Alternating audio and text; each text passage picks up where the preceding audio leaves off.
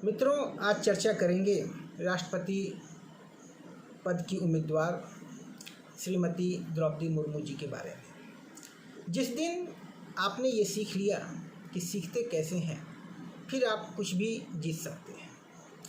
द्रौपदी मुर्मू जी एक साहसी, कर्मठ, सुयोग्य महिला जो देश के सर्वोच्च पद पर शोभायमान करेंगी, इस मातृभूमि के लिए, इस भारत भूमि के लिए गर्व की बात है। हमारे देश की किसी आदिवासी महिला को इतना बड़ा सम्मान मिलना दूसरी अन्य महिलाओं को भी सम्मानित करता है। बीजेपी का यह कदम अत्यंत ही सराहनीय है। जमीन से जुड़ी और हृदय से गरीबों से जुड़ी, साथ ही साथ जो स्वयं गरीबी से निकलकर संघर्ष करता हुआ बच्चों को निःशुल्क ज्ञान बांटता आया और इस मुकाम तक पहुंचा है, उसे हृदय से नमन। एक कार्यक्रम में भाषण देते हुए द्रौपदी मुर्मू जी कहती हैं कि मैं गांव से आती हूं और गांव के लोगों की समस्याओं के बारे में बेहद अच्छी तरह से जानती हैं। वह कहती नज़र आ रही हैं कि गांव के लोग 3 जगह जाने से हिचकिचाते हैं: थाना, दवाखाना और कोर्ट। गांव के लोगों को यह लगता है कि अगर वह इन 3 जगहों पर जाएंगे तो और ज़्यादा परेशानियों से रूबरू हो जाएंगे। द्रौपदी मुर्मू ने कहा कि चूँकि मैं गांव से आती हूँ, इसलिए जानती हूँ कि गांव के लोग आज भी यही मानते हैं कि इन 3 जगहों पर जाने से उनका बचा खुचा सब खत्म हो जाएगा। मुर्मू जी कहती हैं कि आदिवासी पुरुष व महिलाएं इन 3 स्थानों पर जाने में घबराती हैं। इन 3 जगहों पर वे अपने को सहज नहीं पाती हैं, अपना पक्ष रखने में झिझकती हैं, जिसका खामियाजा उन्हें जीवन भर अभिशप्त हो भुगतना पड़ता है।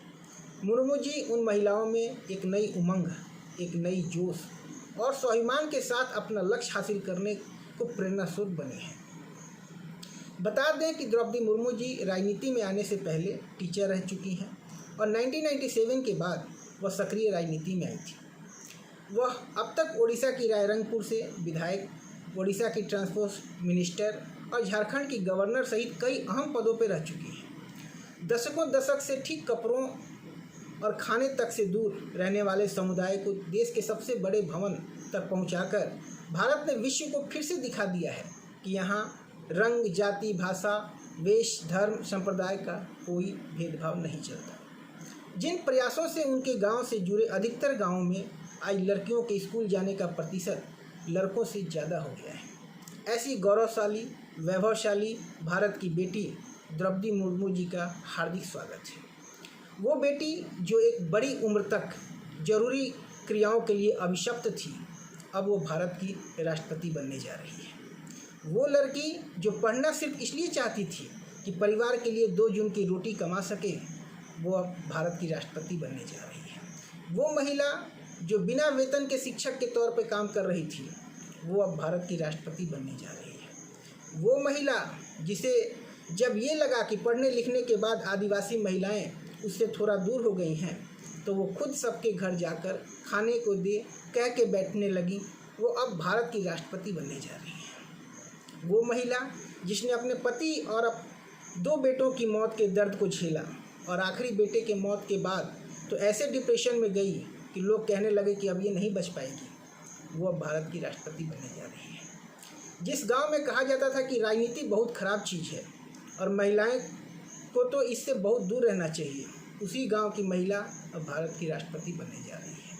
वो महिला जिन्होंने अपना पहला काउंसिल का चुनाव जीतने के बाद जीत का इतना ईमानदार कारण बताया कि वो क्लास में अब सब्जेक्ट ऐसा पढ़ाती थी कि बच्चों को उस सब्जेक्ट में किसी दूसरे से ट्यूशन लेने की ज़रूरत ही नहीं पड़ती थी और उनके 70 नंबर तक आते थे। इसलिए क्षेत्र के सारे लोग और सभी अभिभावक उन्हें बहुत लगाव रखते थे। वो महिला अब देश की राष्ट्रपति बनने जा रही है।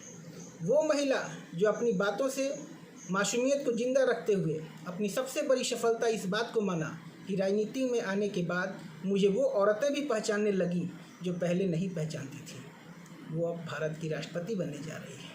वो महिला जो 2009 में चुनाव हारने के बाद फिर से गांव में जाकर रहने लगी और जब वापस लौटी तो अपनी आँखों को दान करने की घोषणा की, वो अब भारत की राष्ट्रपति बनने जा रही है। वो महिला जो ये मानती है कि life is not bed of रोज, जीवन कठिनाइयों के बीच रहेगा, हमें ही आगे बढ़ना होगा, कोई पुश करके कभी हमें आगे नहीं बढ़ा पाएगा। वो अब भारत की राष्ट्रपति बनने जा रही है। राष्ट्रपति भवन अब वास्तविकता में कनक भवन बन रहा है। इंडिया अब भारतवर्ष बन रहा है। आज इतना ही, धन्यवाद।